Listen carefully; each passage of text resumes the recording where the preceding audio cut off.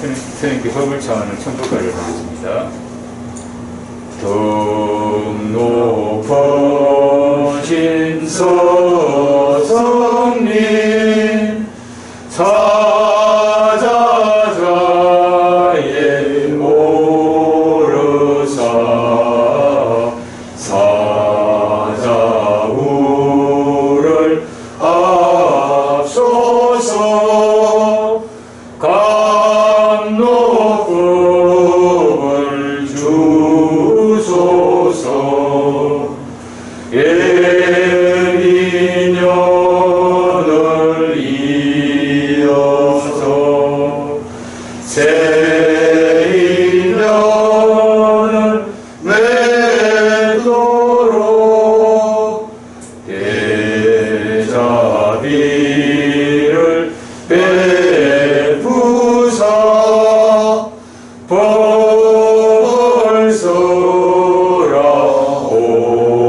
벌서라옵소서.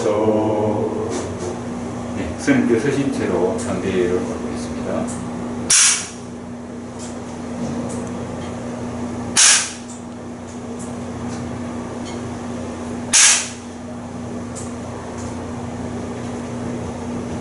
네, 자리에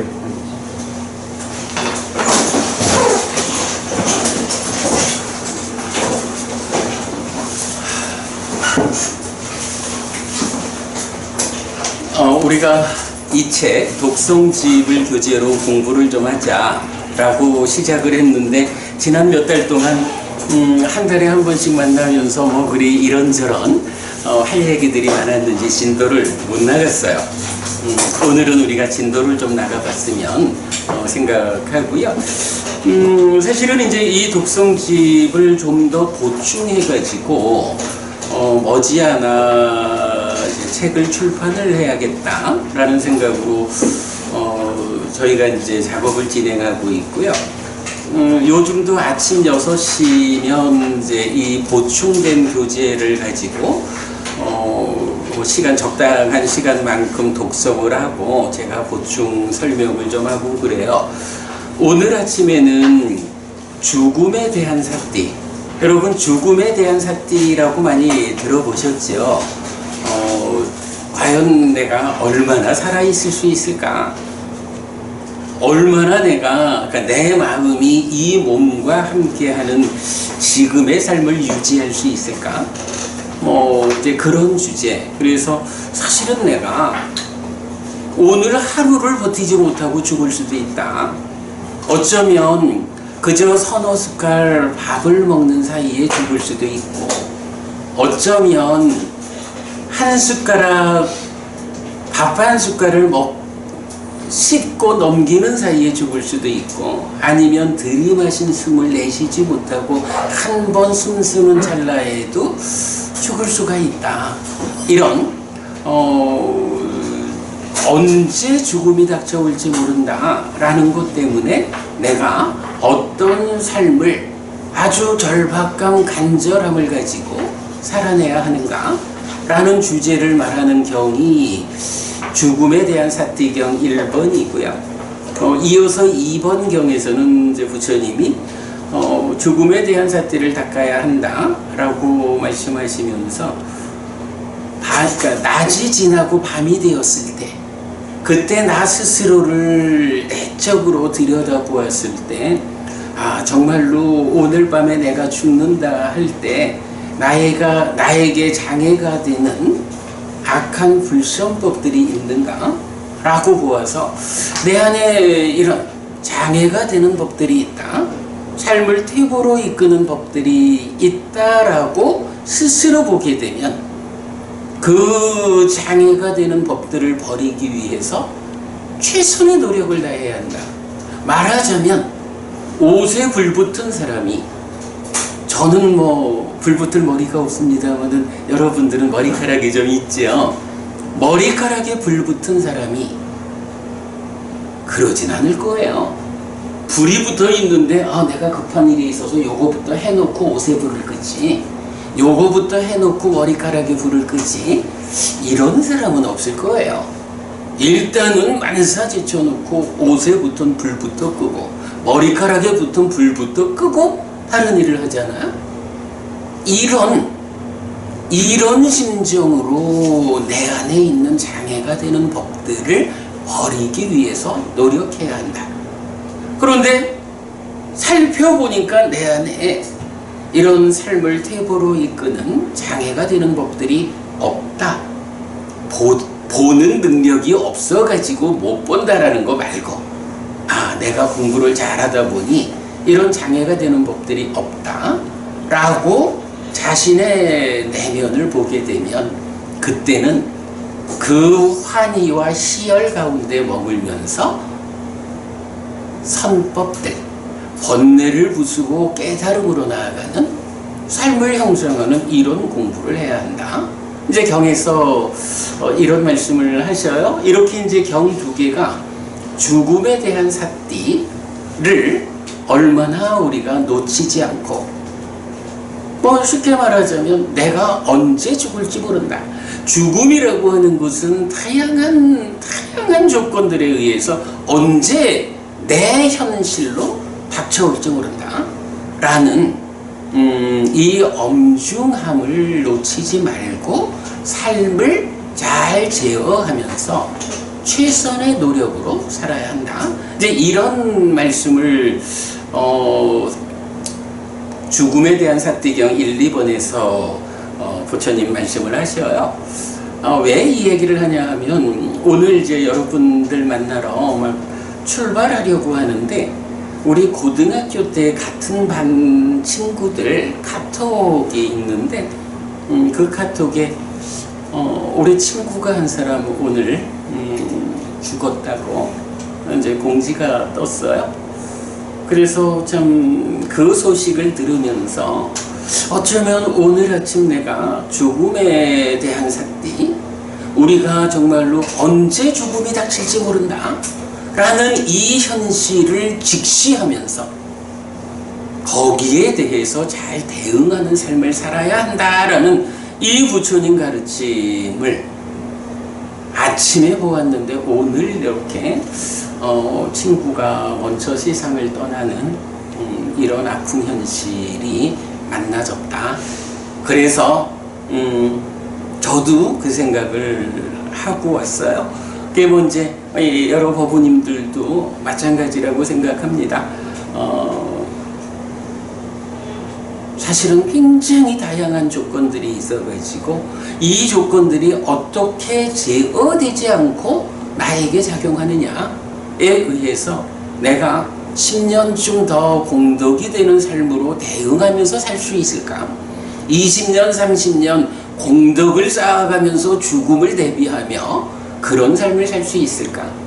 그렇다면 천만다행이지만, 만약 그러지 못하고 내일 당장 나한테 죽음이 닥쳐온다면 나는 과연 이 죽음을 맞이할 준비가 되어 있는가? 이런 부분을 우리가 잘 좀 생각하고 놓치지 않아야겠다라는 생각을 하면서 왔습니다. 요 독성집 저 뒤에 가면 제5장에 죽음에 대한 사띠경 1, 2번 있습니다. 그거 여러분 나중에 참고하시고요. 자, 오늘은 우리 교재 진도를 좀 나가보겠습니다. 자, 9페이지 차례를 보면요.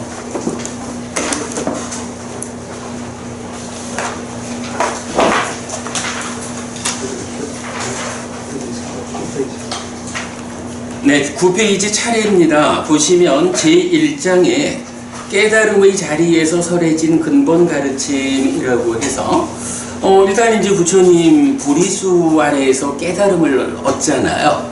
깨달아 부처가 됐는데, 이제 경들에 보면 빠타마비삼붓도라고 해서 바야흐로 깨달음을 얻은 그 부처님이 깨달음을 얻은 그때의 어떤 일화들을 소개하는 경들이 꽤 여러 개가 나와요. 그 중에 이 책에서는 5개의 경을 일단 담고 있거든요. 저는 요 5가지의 연결된 의미를 오늘 다 말할 수 있으면 좋겠다 싶은데, 아마 그 중에 한두 가지의 관점은 좀 제가 좀 가능한 한 상세히 설명을 해드리는 게 여러분들께 도움될 것 같아서 다음 달에 아마 한 번의 수업을 더 요 주제로 진행해야 할 것 같은데요. 자, 일단 오늘은 제1장에 속하는 부처님 깨달음의 자리에서 당신의 소회를 드러낸 경들, 그 5가지를 일단 함께 보도록 하겠습니다. 자, 그러면 15페이지로 옵니다. 가만.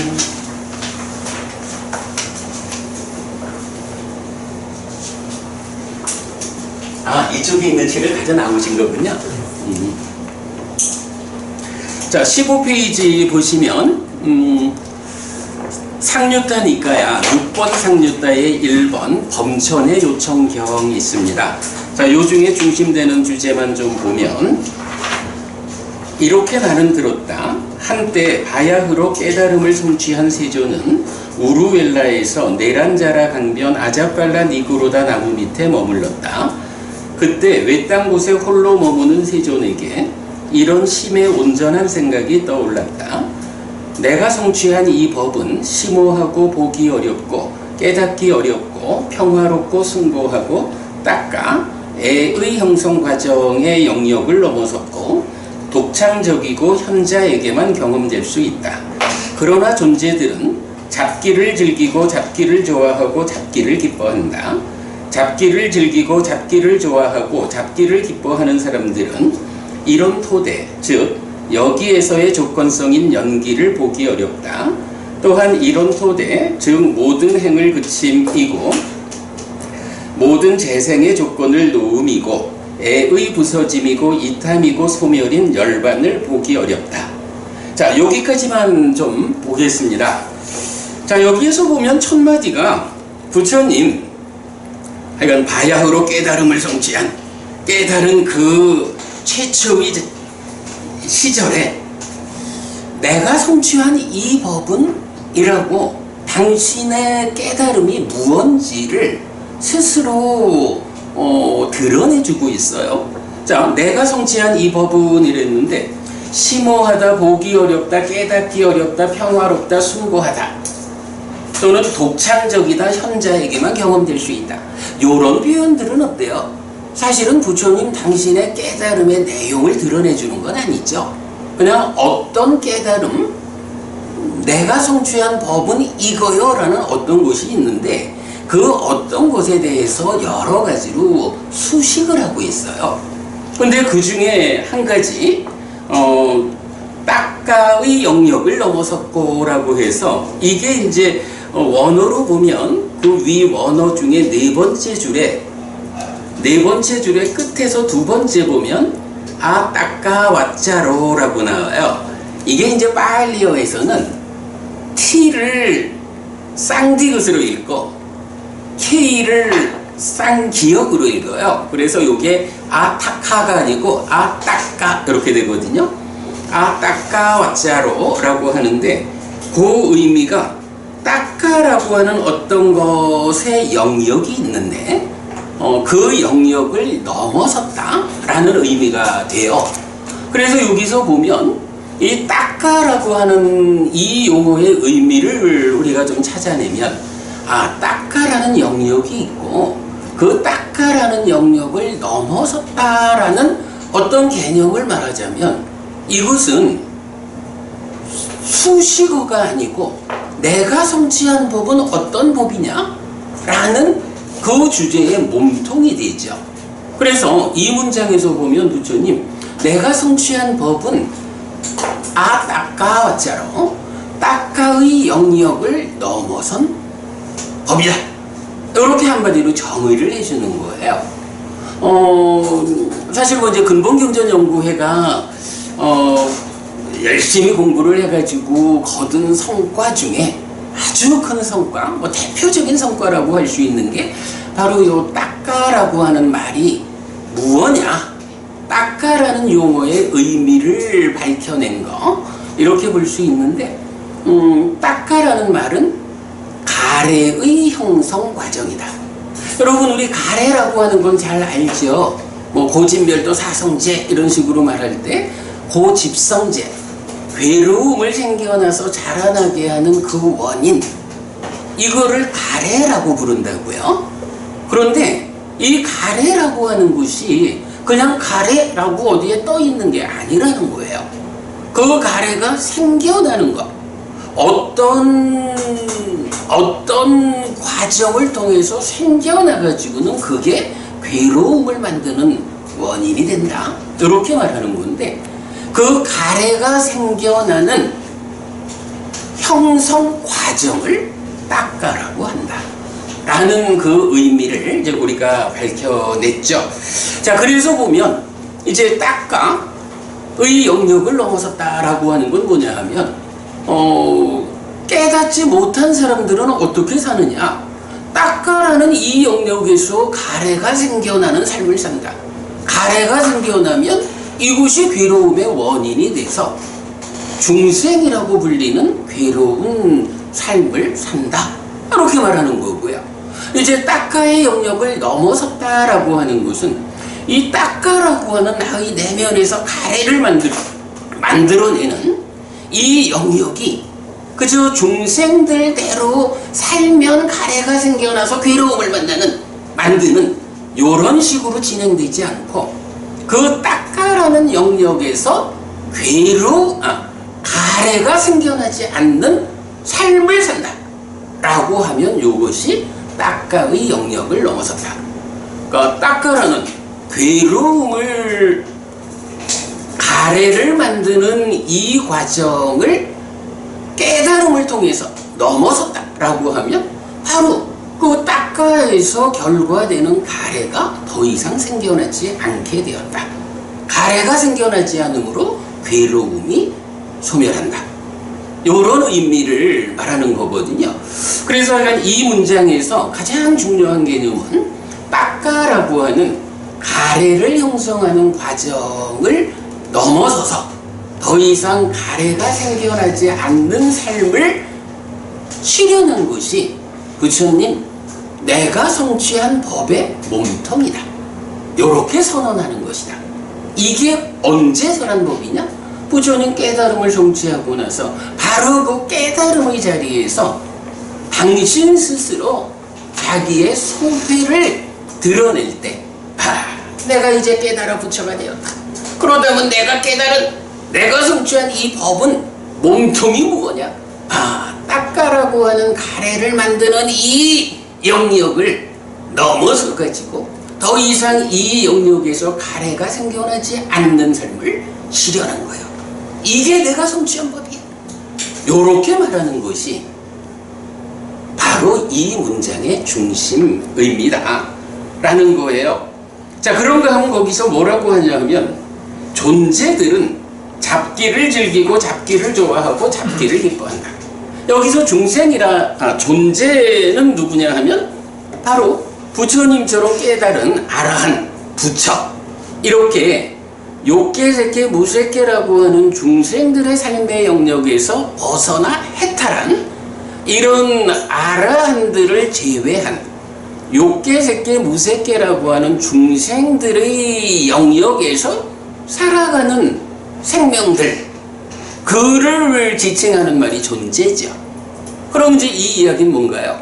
부처는 닦아라는 영역을 넘어섰기 때문에 가래를 만들지 않는 삶을 실현했는데, 부처가 되지 못한, 아라한이 되지 못한 이런 중생들의 영역에 있는 그 존재들은 삶의 과정이 닦아를 넘어서지 못했으니까 가래를 만드는 삶을 산다, 이렇게 말하는 거죠.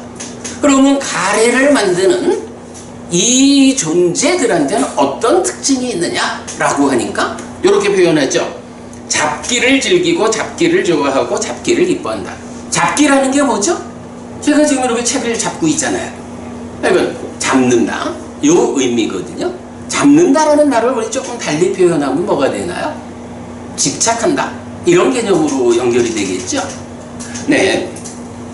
그러면서 이제 말하기를 이렇게 잡기를 즐기고 잡기를 좋아하고 잡기를 기뻐하는 사람들은 이런 토대, 즉 여기에서의 조건성인 연기를 보기 어렵다 라고 해서 여기에서의 조건성인 연기 이런 표현을 해요.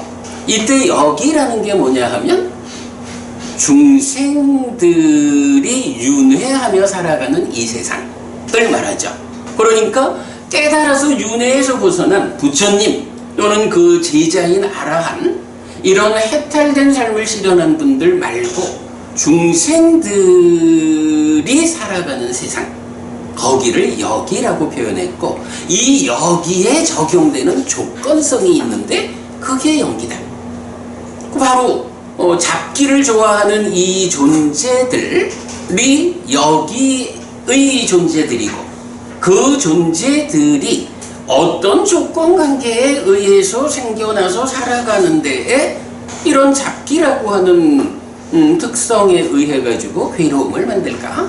이런 중생들의 삶에서 괴로움이 생겨나는 그 조건관계를 말하는 것이 연기다 라고 말하는 거죠. 연기, 보통 말하는 12연기를 말합니다. 경에는 12연기라는 말은 안 나와요.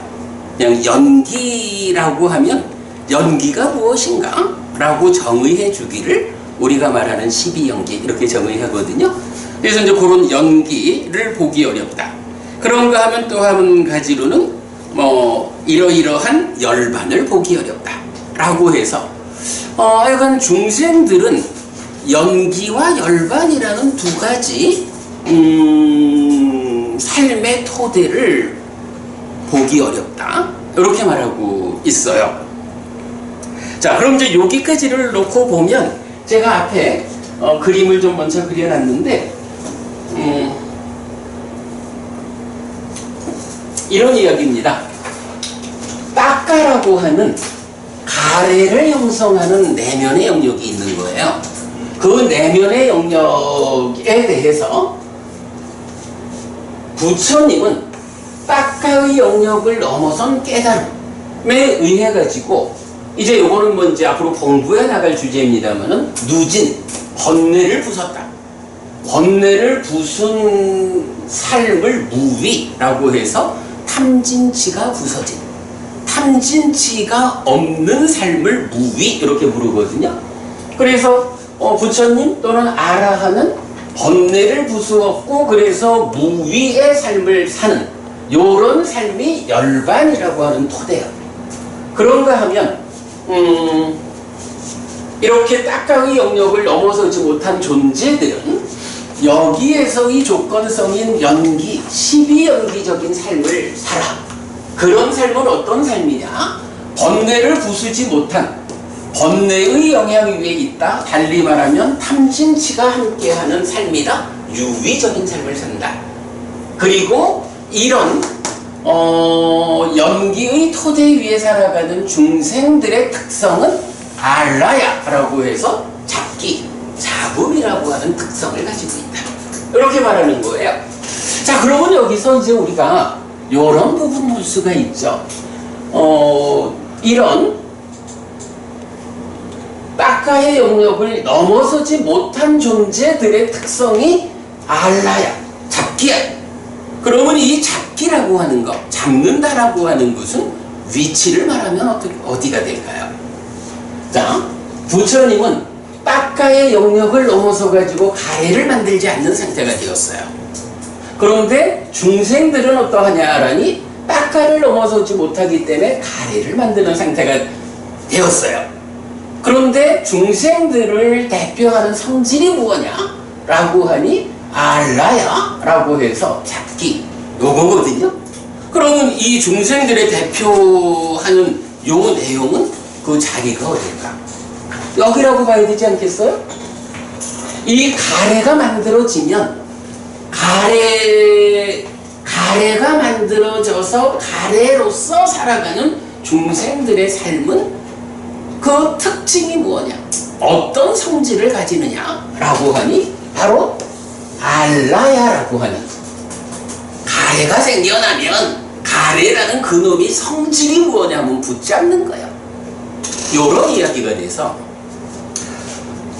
빠까의 영역을 넘어서지 못한 중생들은 가래가 만들어지고 그 가래의 성질은 잡기, 알라야라는 용어로 나타내고 있다. 그런가 하면 따까의 영역을 넘어선 부처님은 삶의 과정에서 아라한 따까 안에서 가래를 만들지 않는다. 그래가지고 보면 가래라는 것이 성질이 잡기라면 애멸 따까의 영역을 넘어선 사람의 삶은 어때요? 가래가 소멸했으니까 그의 삶은 잡지 않는 삶을 살겠죠. 잡지 않는 삶. 네, 이런 부분을 일단 볼 수가 있고요.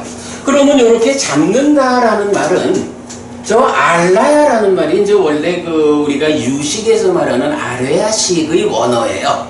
아레아식이 이제 알라야를 중국 쪽으로 읽는 게 아레아가 된 거거든요. 근데 이제 부처님은 저 알라야라는 말을 유식에서처럼 아레아식 이런 개념으로 쓰지 않고 바로 중생을 특징 짓는 가래가 가지는 성질 이렇게 쓰고 있죠.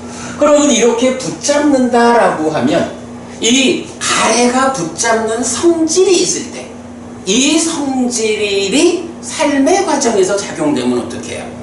가래라는 이 중생의 특성, 괴로움을 만드는 그 원인 위에서 삶이 진행되겠죠.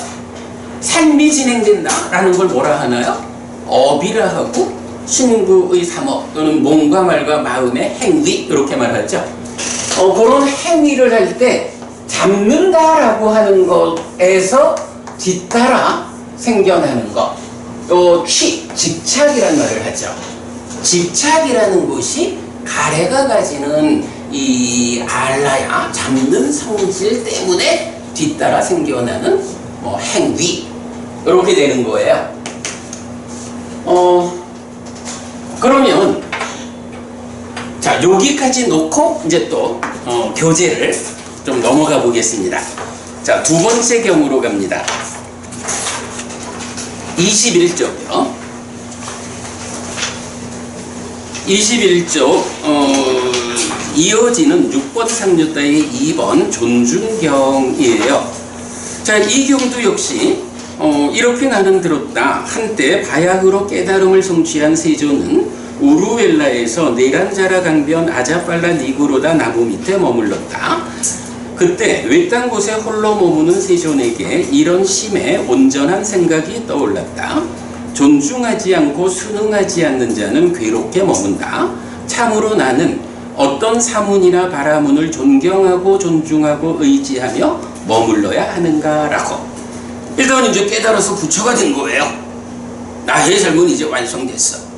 그런데 그렇게 완성된 사람으로 이제 자기의 삶을 딱 소회를 하는데 보니까 무언가 존중하지 않고 순응하지 않는 것은 참 괴롭다. 내가 무언가 의지할 것이 필요하다. 이런 이야기죠. 그래서 자 그렇다면 내가 이제 이런 깨달음을 통해서 부처가 됐는데 무언가 존중, 순응, 의지할 바가 좀 있어야 하지 않을까? 라고 해서 세상을 살펴보는 거죠. 근데 세상에 보니까 보통 이제 사문, 바라문 출가해가지고 무언가 삶을 향상하자 하는 사람들을 사문, 바라문 그러잖아요. 세상의 사문, 바라문들을 다 깨달은 눈으로 둘러봐도 그 중에 내가 그 중에서 어떤 사문, 바라문이 있어서 내가 존경, 존중, 의지하여 머물러야 하는가? 라고 일단 세상을 살펴보는 거예요. 그랬더니 이제 살펴보는 결과가 어떻게 되느냐 하면 자, 그 밑에 단락 볼까요? 그때 세존에게 이런 생각이 떠올랐다. 개의 무덕이 개온이 완성되지 않았을 때 그곳의 완성을 위해 다른 사문이나 바라문을 존경하고 존중하고 의지하여 머물러야 할 것이다. 그러나 나는 신과 마라와 범천과 함께하는 세상에서 사문, 바라문과 신과 인간을 포함한 존재 가운데 나보다 개를 더 잘 갖춘 내가 존경하고 존중하고 의지하여 머물 다른 사문이나 바라문을 보지 못한다. 이제 무언가 존경, 존중, 의지할 바가 있어야 하지 않을까? 그런데 어떤 사문 바라문이 있어가지고 나보다 더 높은 깨달음을 가진 자가 있을까? 하고 둘러보니까 일단 개라고 하는 측면에서 찾아볼 때 어떤 사문 바라문도 나보다 개를 더 잘 완성한 다른 사문 바라문이 없어. 이렇게 되는 거죠. 자, 그러면서 이제 경은 이어가지고 동일한 내용을 삼매의 무더기가 완성되지 않았을 때, 지혜의 무더기가 완성되지 않았을 때, 해탈의 무더기가 완성되지 않았을 때, 해탈지견의 무더기가 완성되지 않았을 때 라고 개정해 해탈지견이라는 5가지 무더기를 이제 온이라고 부르죠. 이 5가지 무더기의 관점에서 다 찾아봐도 나의 성취가 으뜸이기 때문에 나의 성취가 이제 더 이상 남겨둔 게 없는 완전한 성취이기 때문에 세상에 다른 어떤 사문 바라문을 내가 존중, 존경, 의지할 바가 없다라고 이 개정의 해탈지견이라는 5가지 무더기의 관점에서 나의 깨달음이 으뜸이다. 누구도 나보다 더 훌륭한 성취를 말할 수 없다. 그러므로 어떤 사문 바라문도 내가 의지할 바가 없다. 이런 결론을 내리는 거죠. 자, 그래서 이제 그 마지막 해탈지견의 무더기 쪽으로 보면 해탈지견의 무더기가 완성되지 않았을 때 그것의 완성을 위해 다른 사문이나 바라문을 존경하고 존중하고 의지하여 머물러야 할 것이다. 그러나 나는 신과 마라와 범천과 함께하는 세상에서 사문 바라문과 신과 인간을 포함한 존재 가운데 나보다 해탈지견을 더 잘 갖춘 내가 존경하고 존중하고 의지하여 머물 다른 사문이나 바라문을 보지 못한다. 그리고 여기서 마지막 요 말이 나오죠. 나는 내가 깨달은 법을 존경하고 존중하고 의지하여 머물러야겠다. 사실은 요 한마디가 결론인 거죠. 이제 깨닫는다. 삶의 향상을 완성한다. 라는 이 측면은 어쨌든 개정해 해탈지견이라는 5가지 관점에서 접근하는 건데 이 5가지 관점 모두에서 부처님 당신의 이 5가지 성취가 부족함이 있다면 그 부족함을 넘어선 어떤 다른 사문 바라문을 의지할 수 있겠지만 이제 당신이 그 깨달음의 눈으로 확인해 볼 때 당신의 그 성취가 완전한 성취인 거예요. 이제 당신의 그 성취를 넘어서는 어떤 것도 세상에 있을 수 없어. 이것이 완전한 성취야. 이 부분에 대한 확실함을 부처님은 이렇게 드러내는 거죠. 그렇기 때문에 다른 사람을 의지할 바가 없는 거예요. 그렇다면 그래도 뭔가 삶이라는 것이 존경과 존중 이런 부분이 없이는 뭐 외롭다 할까? 앞에서 약간 괴롭다 이렇게 표현했죠. 그러니까 다른 사람한테는 나보다 못한 사람을 의지할 수는 없잖아. 이런 판단이 되니까 그렇다면 무엇을 존경하고 존중하고 의지하여 머물 것인가? 라고 할 때 그렇다. 나를 이런 완전한 깨달음의 성취로 이끈 법이 있다. 라고 해서 나는 내가 깨달은 법을 존경하고 존중하고 의지하여 머물러야겠다. 이런 결론을 내리는 거죠. 이 2번째 경은 그 결론이에요. 그러면 이제 뒤에 그 사암파티 범천이 또 부처님한테 쫓아와가지고 부처님 그것이 옳습니다. 그리하셔야 됩니다. 하는 일화가 나오는데 그건 1화니까 읽어보시면 되고요. 자, 그러면 이제 우리 여기서 이런 부분을 볼 수가 있어요. 자, 가래라는 거 잡는 성질이 있어가지고 그 잡는 행위 집착된 삶을 살면 이 집착된 삶의 결과로 생겨나는 게 있죠. 뭐가 생겨나죠?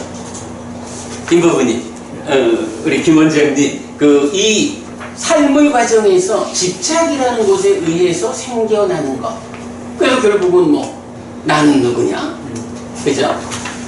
그게 여기서 생겨나는 거죠. 그래서 우리가 이제 이런 딱가의 영역을 넘어서지 못해서 가래가 생겨나서 잡는 성질에 의해서 집착된 삶을 살면 이 집착된 삶의 과정이 누적되어 가지고 5가지 분류의 무더기가 생겨난다는 거죠.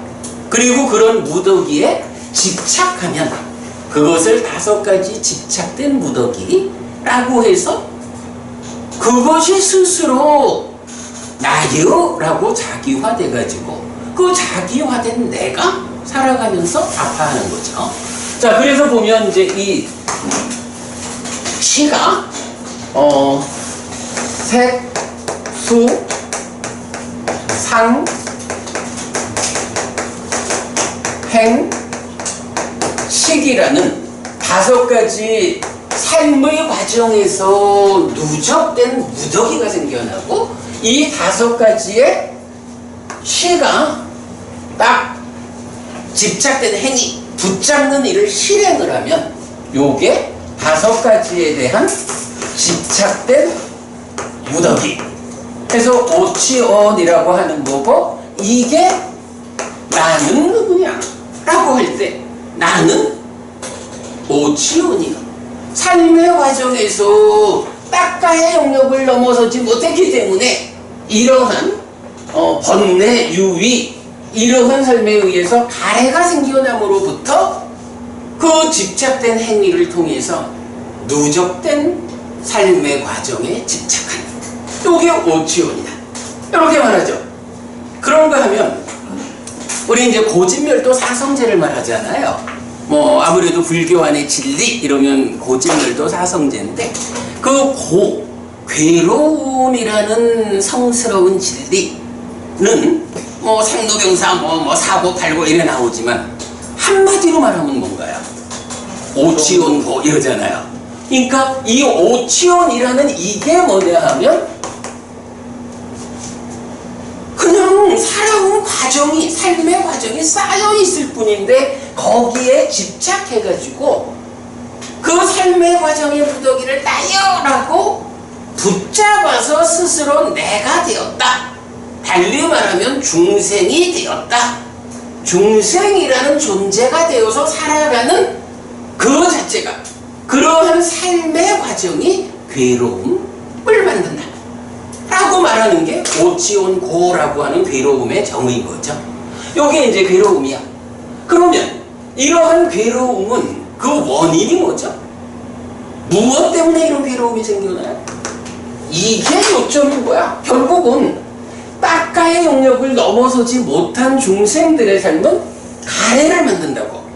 이 가래가 딱가라고 하는 내적인 영역에서 가래가 생겨났다 라고 하는 요 한 가지 사건 때문에 결국은 그 가래가 가지는 성질이 실행돼 가지고 오치온고 이래 되잖아요. 그래서 경은 요 가래를 고집 괴로움의 원인, 괴로움이 생겨나서 자라나게 하는 그 원인이 가래다. 이렇게 말하는 거죠. 자, 그런가 하면 이런 괴로움은 소멸할 거 아니에요. 부처님이 깨달았다. 또 부처님의 깨달음을 뒤따라 우리가 나아간다. 라고 하는 게 한마디 뭐냐 하면 바로 이런 중생들의 삶, 오치원고라고 불리는 이런 괴로움을 소멸하고 완전한 행복을 실현하겠다. 이게 불교란 말이죠. 그러니까 고가 있고 고집이 있으면 여기에 고멸, 괴로움이 소멸함이 있어야 된다. 이 괴로움의 소멸, 어떤 것이 괴로움의 소멸이다 라고 말해야 할까요? 사실은 이제 경은 이런 얘기를 해줘요. 가래 때문에 괴로움이 생겨나는데 그 괴로움의 소멸이라고 하는 것은 무엇이냐? 그렇죠. 이 괴로움의 소멸이라는 게 무엇이냐라고 하면 괴로움의 원인을 해소하면 괴로움은 안 생겨나는 거잖아요. 자, 우리 요 교재 중에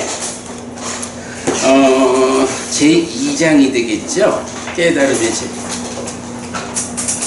제3장. 제3장에 가면 이제 전법윤경. 여러분 전법윤경은 다 잘 아시지요? 부처님 최초의 가르침. 이 전법윤경이 이제 107페이지에 있는데 그 107페이지에서 한 페이지를 넘기면 자 107페이지 아래쪽에 보면 이게 이제 이건 부처님 다섯 비구한테서라는 최초의 가르침인 거예요. 거기에서 비구들이여 이것이 괴로움의 성스러운 진리 고성제이다. 태어남도 괴로움이고 늙음도 괴로움이고 병도 괴로움이고 죽음도 괴로움이다. 재미없는 것들과 함께 엮이는 것도 괴로움이고 즐거운 것들과 갈라지는 것도 괴로움이고 구하는 것을 얻지 못하는 것도 괴로움이다. 간략히 말하면 오치온이 괴로움이다. 오치온고가 이렇게 나온 거죠.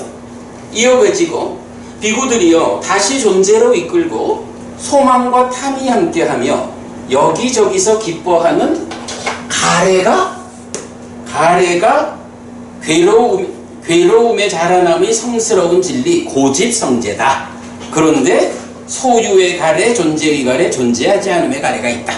그래서 이 가래가 고집이에요. 이어서 비구들이여 애의 남김없이 바른 소멸, 포기, 노음, 풀림, 잡지 않음이 괴로움의 소멸의 성스러운 진리 고멸성제이다. 라고 해서 고멸이 무엇냐 하니 가래가 남김없이 소멸한 거다. 요거예요.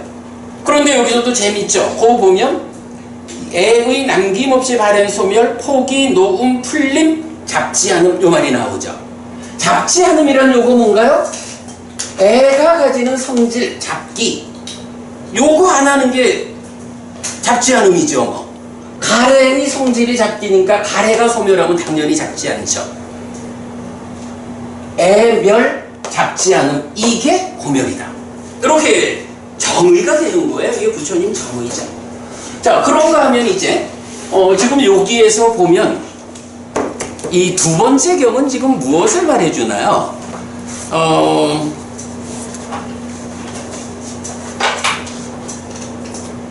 부처님이 깨달았어. 그리고는 그래도 무언가 의지할 것이 필요치 않을까? 라는 측면에서 살펴봤는데 결국은 삶의 모든 관점을 다 돌아봐도 나보다 더 훌륭한, 그러니까 내가 완성하지 못한 영역이 없어. 그러니 내가 깨달은 법을 의지하겠어. 이렇게 말하잖아요. 그때 그 내용이 뭐죠? 여기서 이제 우리가 굉장히 주목해야 하는 게 이렇게 나오는 거죠. 5가지 무더기가 다시 나온다고. 오온이 개, 정, 해,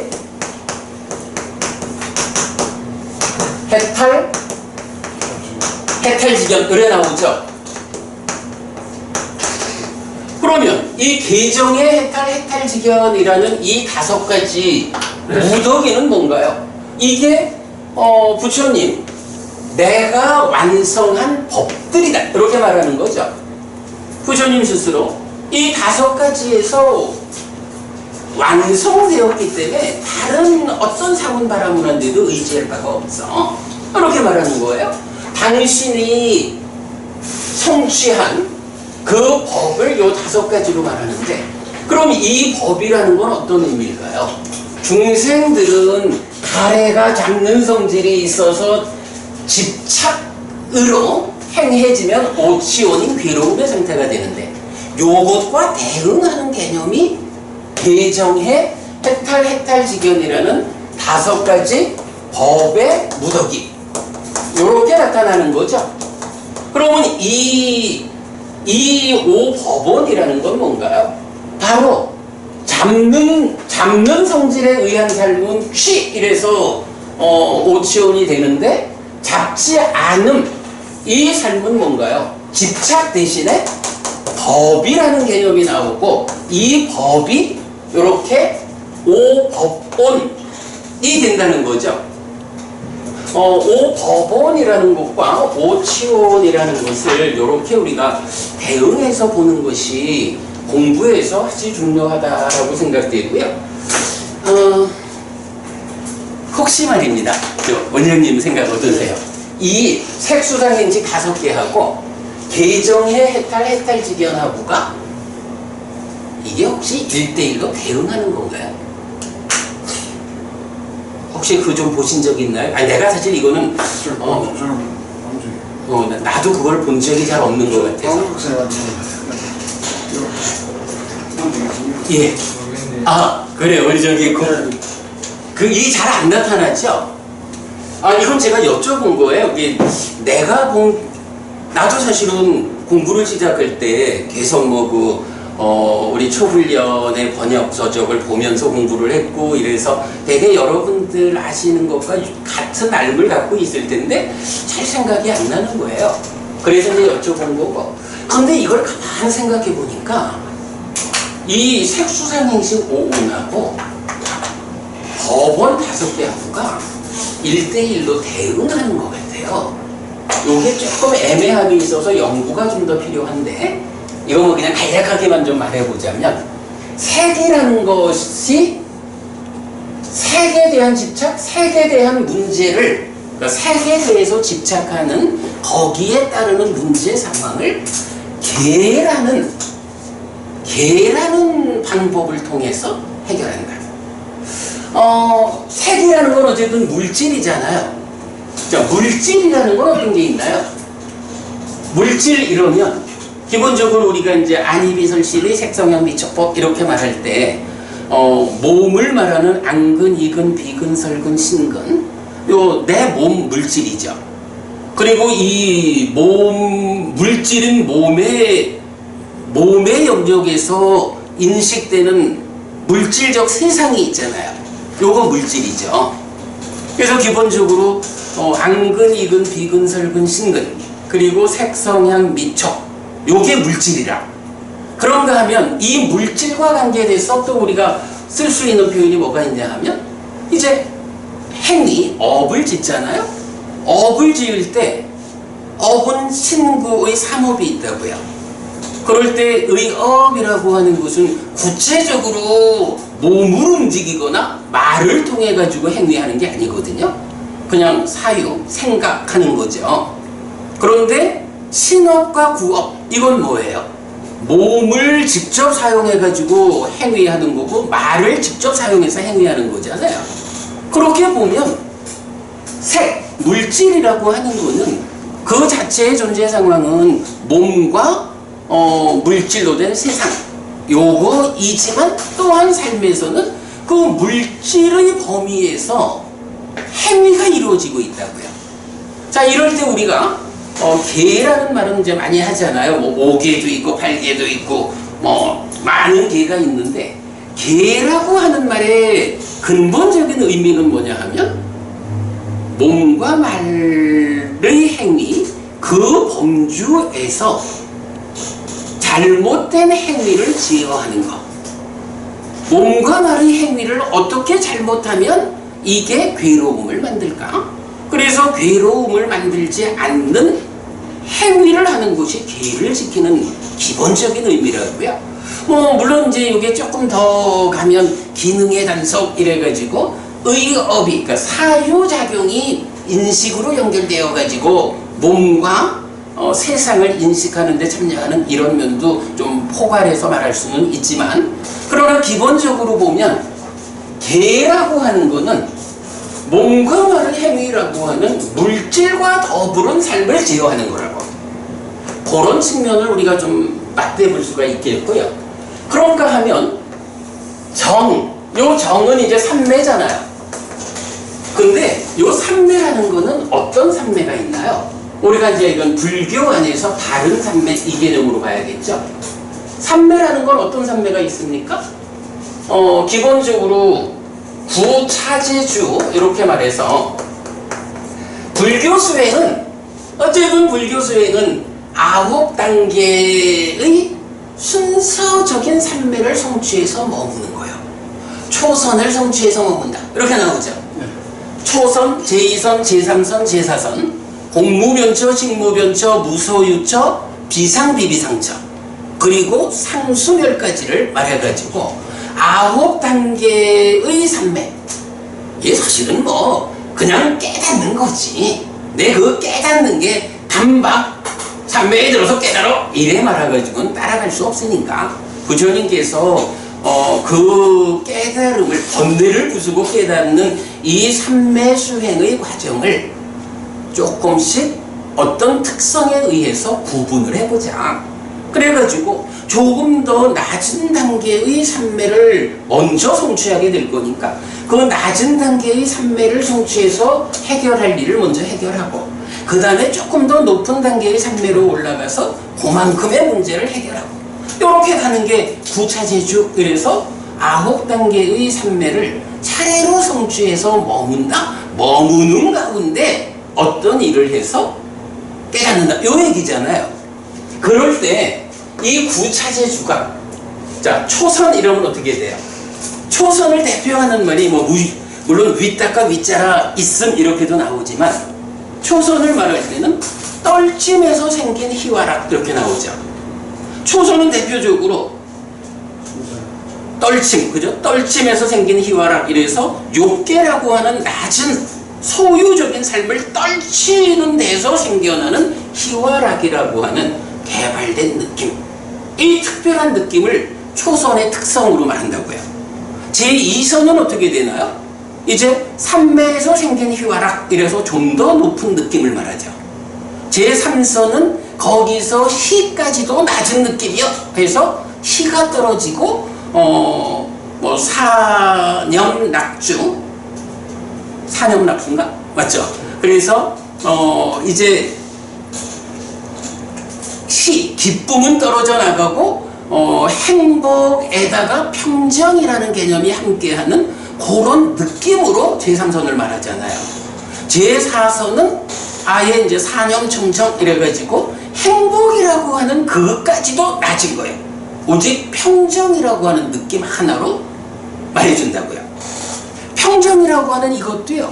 제4선을 말할 때는 다양함의 평정 이래서 색, 성향, 미, 촉과 관련한 물질적 대상과 관련한 산매의 느낌 이래가지고 다양함의 평정이란 말을 하고 이제 무색계로 올라가면요 공무변처의 평정 내지 비상비비상처의 평정 이래가지고 단일함의 평정이란 말을 해요. 그래가지고 보면 제가 여기서 이 얘기를 하는 게 뭐냐 하면 삼배라고 하는 이 상태가 초선부터 비상비비상처까지를 이렇게 희락평정이라고 하는 이 느낌으로 말하고 상수멸은 어때요? 그 평정이라는 느낌마저도 다 해소된 그야말로 중생의 영역이라는 제약 없는 해탈락 열반락의 상태가 임시로 성취된 게 상수멸의 상태잖아요. 이래 보면 삼매라고 하는 이게 느낌을 그죠? 느낌을 얼마만큼 단계적으로 해소해 가느냐 느낌의 측면으로 이게 말이 대응이 되는 거예요. 자 그런가 하면 상은 이게 이제 아까 제가 그 말씀드렸죠. 딱가라고 하는 이 개념을 근본경전연구회가 뭐 최초로 해석을 해냈다라는 건데 이 딱가 이 과정의 첫째가 뭐냐 하면 번뇌 이거죠. 번뇌의 참여이고 이 번뇌라는 것이 사실은 오온의 상의 전도된 상태다. 요런 것을 알 수 있어요.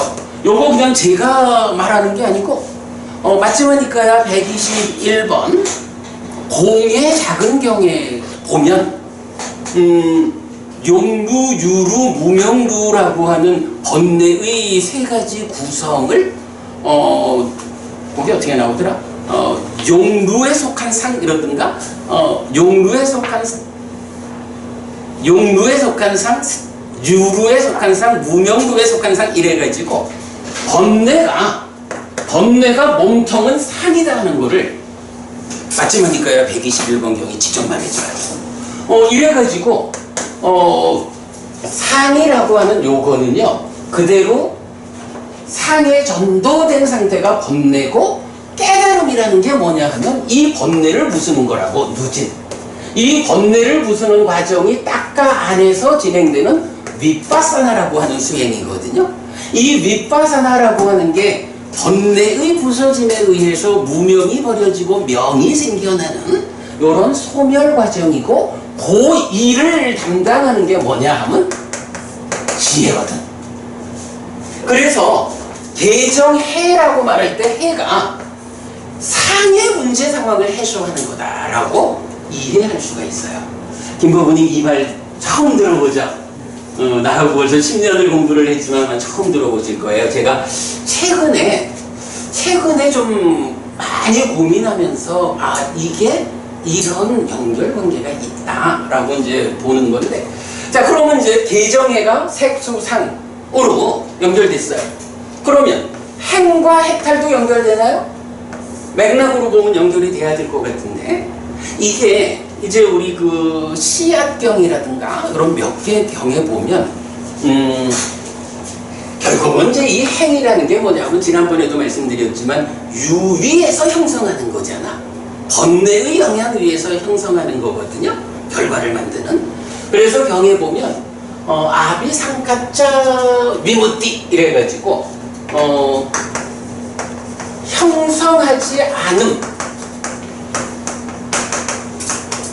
형성하지 않음에 의한 해탈, 이런 표현이 나타나요. 해탈이라는 게 뭐냐 하면 색수상행식 5원 중에 행이라는 무위에서 형성하는 이 작용에 의해서 재행무상, 재범무화 이렇게 말하는 그 행의 영역들이 생겨나는 거거든. 바로 그런 유위에서 형성되는 것으로의 그 행, 그 형성하지 않음에 의한 해탈. 더 이상 색수상행식 5온이라고 하는 유위적인 것들이 생겨나지 않는 것, 그것이 해탈이라고 부르는, 요 형성하지 않음에 의한 해탈이라는 건 아주 중요한 개념으로 병에 나타나거든요. 그러니까 행의 문제, 유위에서 형성하는 그 문제에 대한 대응 방법, 그걸 해소하고 해탈하는 거예요. 이렇게 연결이 되죠. 마지막 이제 해탈 직견이라고 하면 해탈한 상태를 내가 스스로 알고 보는 거거든요. 요 부분의 연결 관계가 조금 좀 연구가 더 필요해. 근데 대표적으로 디가니까야 11번 깨왔다경이라고 있어요.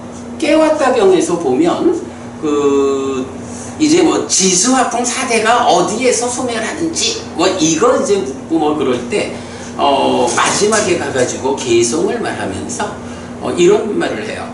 식이라는 거는 식은 속성이 없고 한계가 없고 모든 관점에서 빛나는 것이다.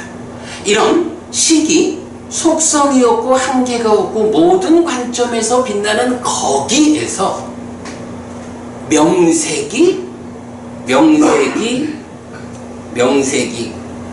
가라앉는다 하든가, 그러니까 명색이 더 이상 참여하지 않는.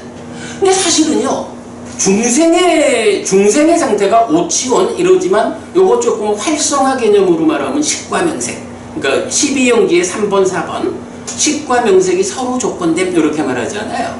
요거 서로 조건된다는 것의 의미가 뭐냐 하면 식이라고 하는 이 마음이 명색이라는 곳에 100% 묶여 있다는 거거든. 그죠? 서로 조건된다. 요 개념은.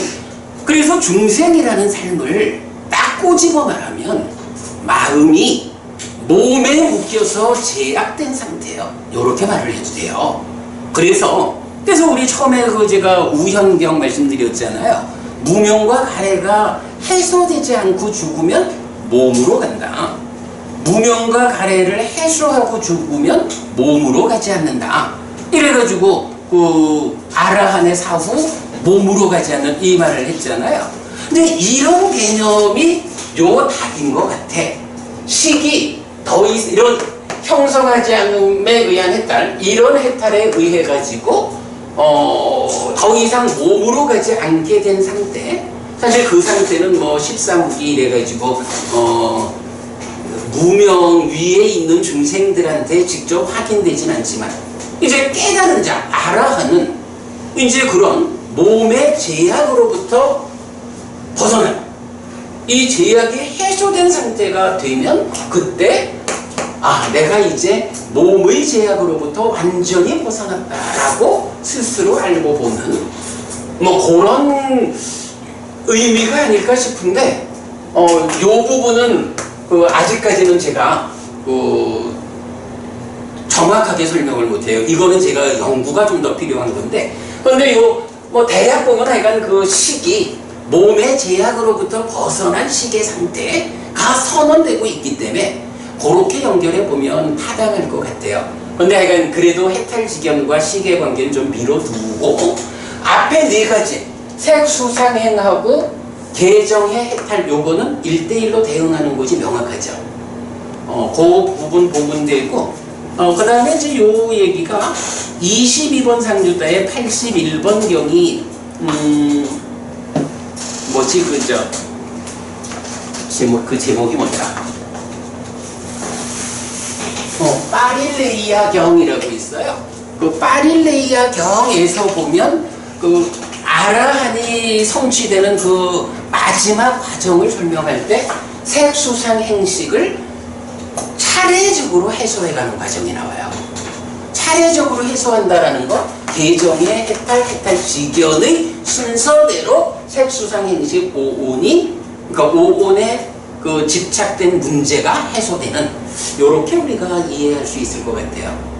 그렇게 보면 이렇게 오치온이라는 것과 오법온이라는 것이 그냥 포괄적으로 잡는 중생의 삶이냐 잡지 않는 깨달은 삶이냐 요 측면도 있지만 이것이 5개가 그대로 1대1로 대응하는 관계를 보여주는 것 같다. 제가 볼 때는 한 90% 이상 이렇게 보는 게 맞을 것 같아요.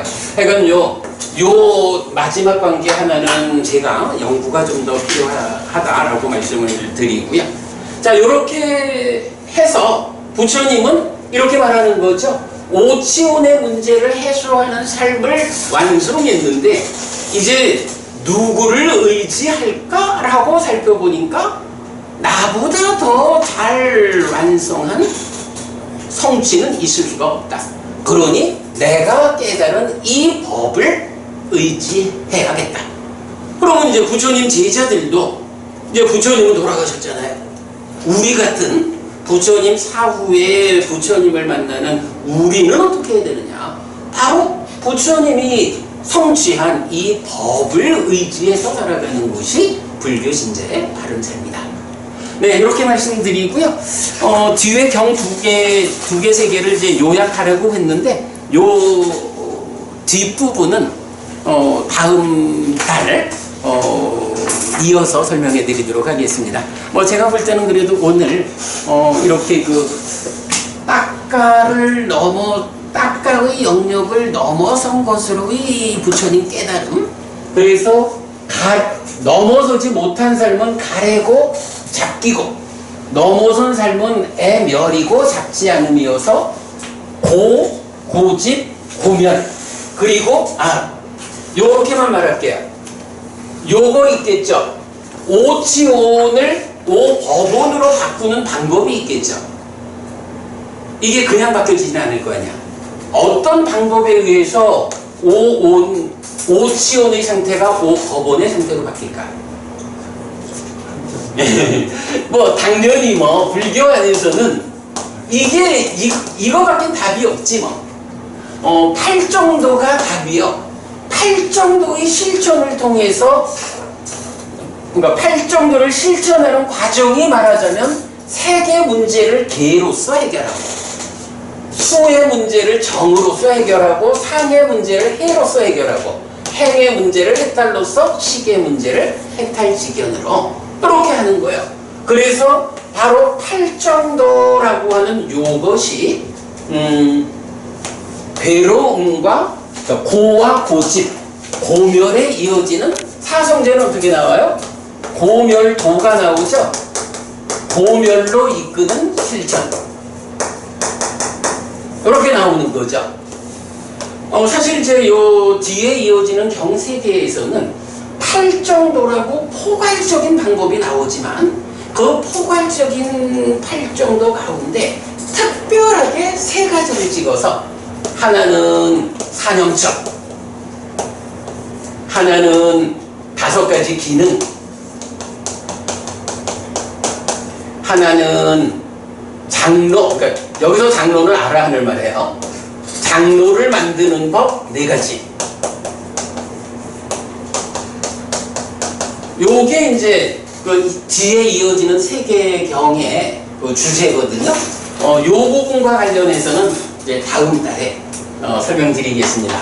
근데 모르겠다. 제가 그 우리 스타일로 너무 그 재미보다는 그 공부의 성과를 추구하는 어려운 이야기를 제가 잘해가지고 여러분들 어떠실지 모르겠지만 뭐 그래도 뭐